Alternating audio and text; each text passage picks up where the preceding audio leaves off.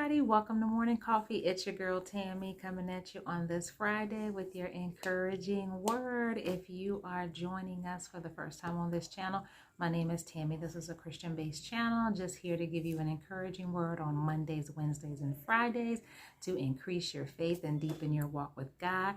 I'm just going to hop right in. If you were with us on Wednesday, we were answering one of our Morning Coffee family's questions about Jesus' return and what we should be doing in the meantime. What are we doing as we await Jesus' return? So on last week, we talked about the Gospels, Matthew, Mark, Luke, and John, and we looked at the end of every Gospel, which gave us instructions to one, go and make disciples, two, to spread the gospel to everybody, everywhere, and to be a witness, to be an influence in our individual circles, no matter where that is for you. So today I just want to look at some more verses, just to give some instruction on, okay, what should I be doing as I wait for Jesus to return? That's what we're going to be looking at today. So we're going to hop in. We're going to start at Romans 12, 1 and 2, which says, "And so, dear brothers and sisters, I plead with you to give your bodies to God. Let them be a living and holy sacrifice, the kind he will accept. When you think of what he's done for you, is that too much to ask? Don't copy the behaviors and customs of this world, but let God transform you into a new person by changing the way you think. Then you will know what God wants you to do, and you will know how good and pleasing his perfect will is." So I just want you to look at this. One big thing that we have to do, especially when we give our lives to Christ, we have to change the way we think.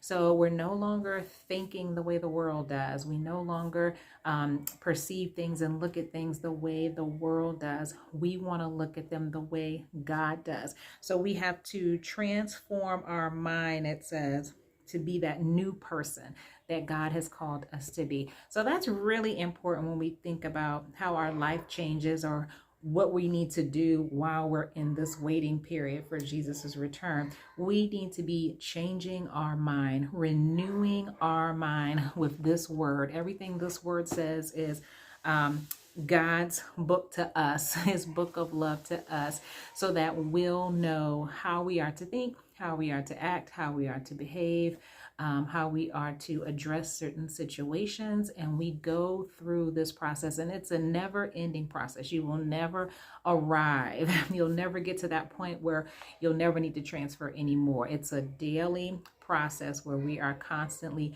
changing and becoming more and more like Jesus.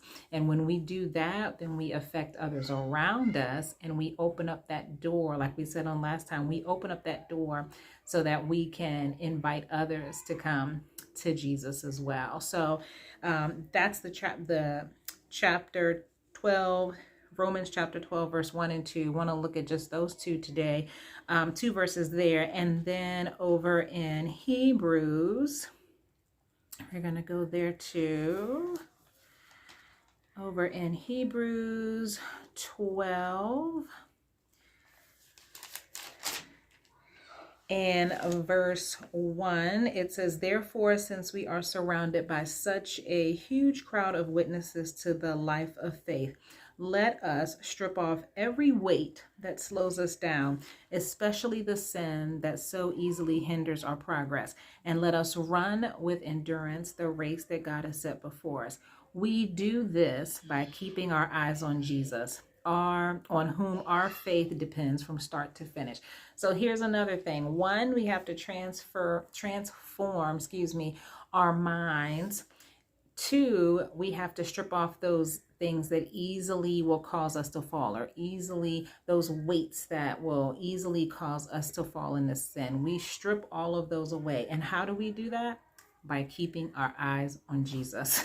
So one kind of goes with the other. If we are in this word, reading this word, meditating on this word, and transforming our mind, we will in turn strip off all of those old ways that we're transforming from, and begin to take on this new life, this new person, this new way of being, this new way of talking, this new way of thinking. And then we do that by keeping our eyes on Jesus. So as I want to encourage you today, as we continue to talk about, and I'll probably come on maybe one more day and just give you some additional verses of just things that we should be focusing on and doing until Jesus's return. So I want you to take that with you today. Be encouraged, be blessed on today, and I will see you again on Monday. Feel free to leave any comments you have or any questions you have in the comments below.